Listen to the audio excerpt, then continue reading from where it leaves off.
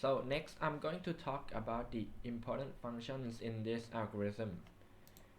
The first is the class called node.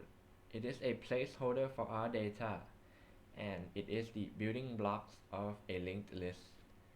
As you can see in the picture, there are three attributes for our node class. The first one is self.data, which is the date of the task that will be assigned. And the second one is the self.task, which is the name of the task. And the last one is self.next, which is the placeholder for the next node in the linked list. The second class we're going to talk about is the linked list. It is a chain of nodes which is used to store data like an array. As you can see, there's only one attribute for this class, which is the self.head. Self.head is used to identify the first node of the linked list. Now the first function we're going to talk about is the print task function. This is a method in the linked list class and it takes no arguments. The function will print all data and tasks available in a linked list. It does this by setting the temp to the first node, which is self.head, and then looping through the linked list and printing its data and task by concatenating the string. After printing, it will go to the next node. The second function is the append.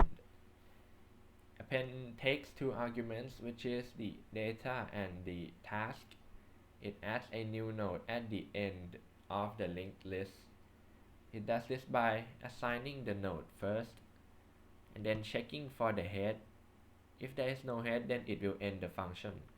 If there is a head, then it will loop through the linked list until it finds the last node and then set the next attribute of the last node to the new node. Third one is the delete node function. It takes only one argument, which is the key. The key is used to identify which node is going to be deleted if the key matches the node in the linked list.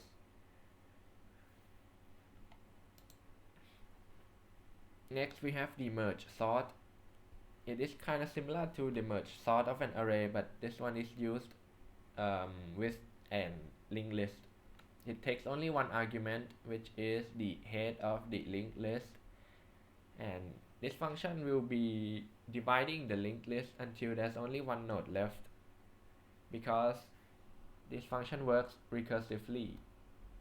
As you can see, it checks for the head first.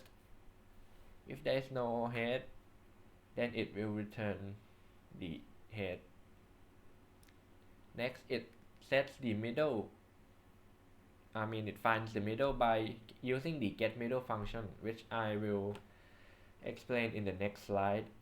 And then it sets the node next to the middle to middle.next.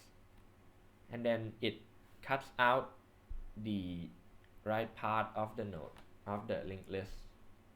And then it sets the left to the merge sort function again, which will divide the node until there's only one node left. And it does the same for the right node. At the end, it will return a sorted list with the function sorted merge, which I will explain in the next slide too. So the sorted merge uses two arguments, which is the left and right partition of a linked list or a node in some case. So this is the base case, which is there's no more node to compare, so it will return right and left directly. But if there are nodes to compare, it will compare the data of the node and returns the one which has lower value. And it does this recursively too until we get a full linked list back in the end.